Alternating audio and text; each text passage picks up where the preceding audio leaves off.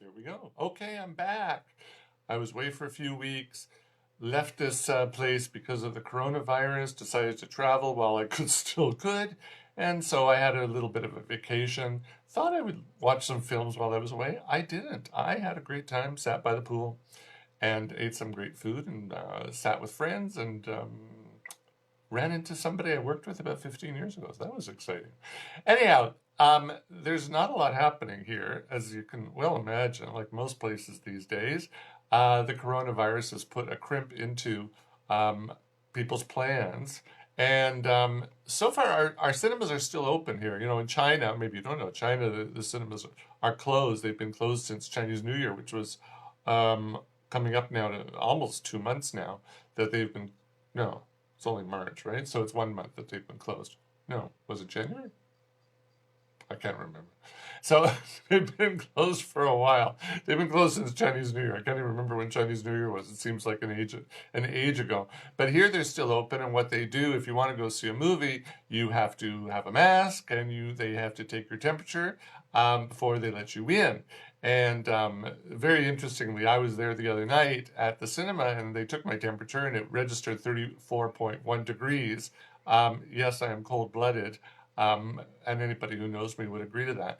But I'm normally 35.6. So it sort of makes me wonder how accurate these temperature guns are if they're off by a degree and a half. Because, you know, if somebody is, let's say they're normally, let's say they have a fever at 38.5, this gun will show 37, which is normal. So, you know, you have people coming in who may have fevers and actually, if you have a 38.5 degree fever, you're probably not going anywhere.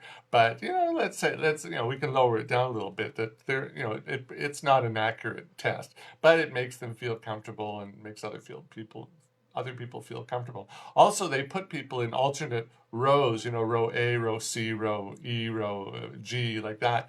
Um, okay, very nice, but what about the guy who sits 2 seats away from you? He might be infected, and that doesn't protect you either.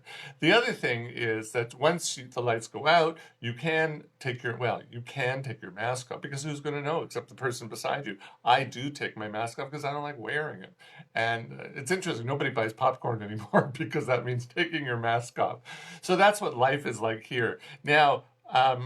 You probably also heard that some big Hollywood films have been put on hold, like No Time to Die, which is a rather unfortunate choice of titles in retrospect. That's been put on hold to November. Peter Rabbit 2 has also been delayed. Mission Impossible, which they were filming a few weeks ago, that's been put on hold. Now Black Widow and F9, which is the latest Fast and Furious film, they're still scheduled for release in May, but let's see what happens. The big problem is with these studios delaying these films is they're going to run out of slots. And their films are going to end up competing against each other, which is what they do not want to do. So it'll be interesting to see what happens in the next, I would say, in the next 2 weeks as the coronavirus starts to bite into America. And I'm sorry if Americans out there, you do not know what's coming your way. You are so unprepared for this. We're already post-panic here. But you guys are in deep doo-doo. Anyhow, the show must go on, and the lesser titles are still getting released here in Hong Kong this week. We don't have a lot. There's the film. I've only talked about one film today, and that's the new Dave Bautista-led family comedy called My Spy. And it opened in the UK, I think, a few weeks ago. It was supposed to open in the US last August, I think, and it's been pushed. It keeps getting pushed back, and now it's been pushed back to April. God knows why they keep pushing it back. It's not that good. Oops, I gave it away. Um, but we got it now. And the film's, I'll tell you something, the film's local distributors probably rubbing their hands with glee because it was supposed to go up against No Time to Die, and now its competition is a bunch of non-English language titles that have arrived here with zero publicity. So although people may not be going to the cinema in great numbers, there's not a lot of competition either. So if you haven't been like me, if you haven't been to the cinema in a couple weeks, you may be wondering if My Spy is worth your time and money to go back. And I think I already just told you. But let's go through the motions anyways. as Morrissey and Mark Ronson each sang Stop Me If You've Heard This One Before. Now, the story is about hard as nails CIA operative J.J. Batista. He's CIA operative J.J., played by Dave Batista. People know him probably best from the Guardian of the Galaxy films and a few others. He sees his career sidelined after his last mission doesn't go quite as planned. And his boss, David Kim, played by Ken Jeong, people would know him from Crazy Rich Asians, he assigns both him and tech analyst Bobby, played by Kristen Schaal. They would know her voice, so she does a lot of voice work. She was Forky in Toy Story 4, but maybe people would remember her from her brief stint on TV's 30 Rock, where she played Kenneth's girlfriend, wasn't she? She was a page, if I remember correctly. So they get sent to Chicago, where they surveil ER nurse Kate, played by Parissa Fitz-Henley. She was just in Fantasy Island. If you blinked, you missed it, and good for you if you did. And so there was Kate and her precocious 9-year-old daughter Sophie, played by Chloe Coleman.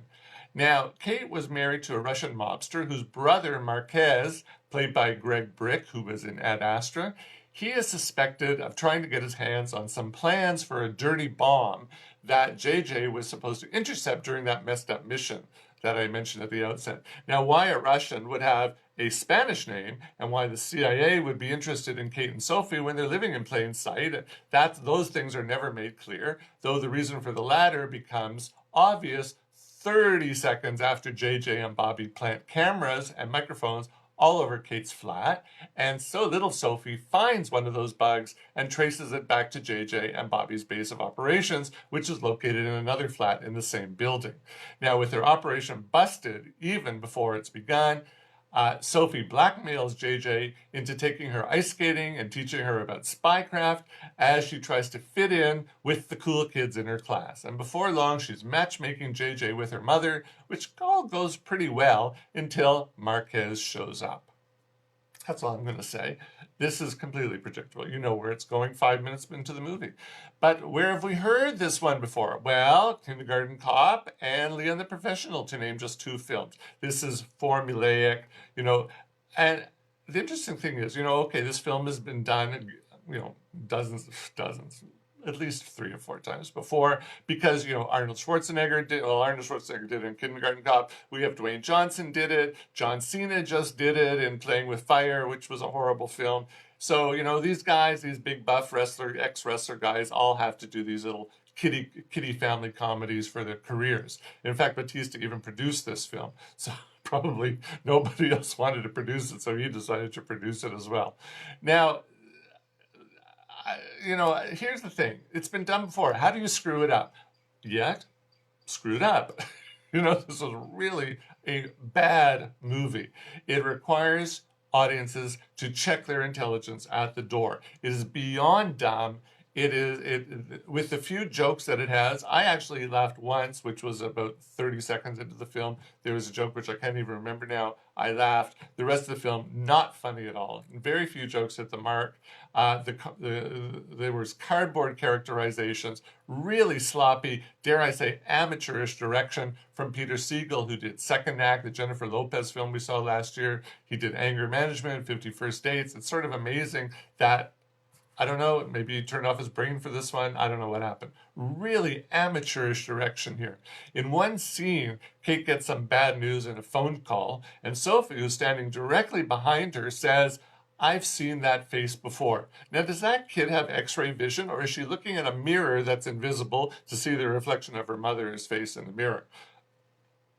Go figure. Now, there was another issue towards the end where there's some fighting that goes on in Kate's apartment, and Bobby is looking through a high-powered telescope at the apartment.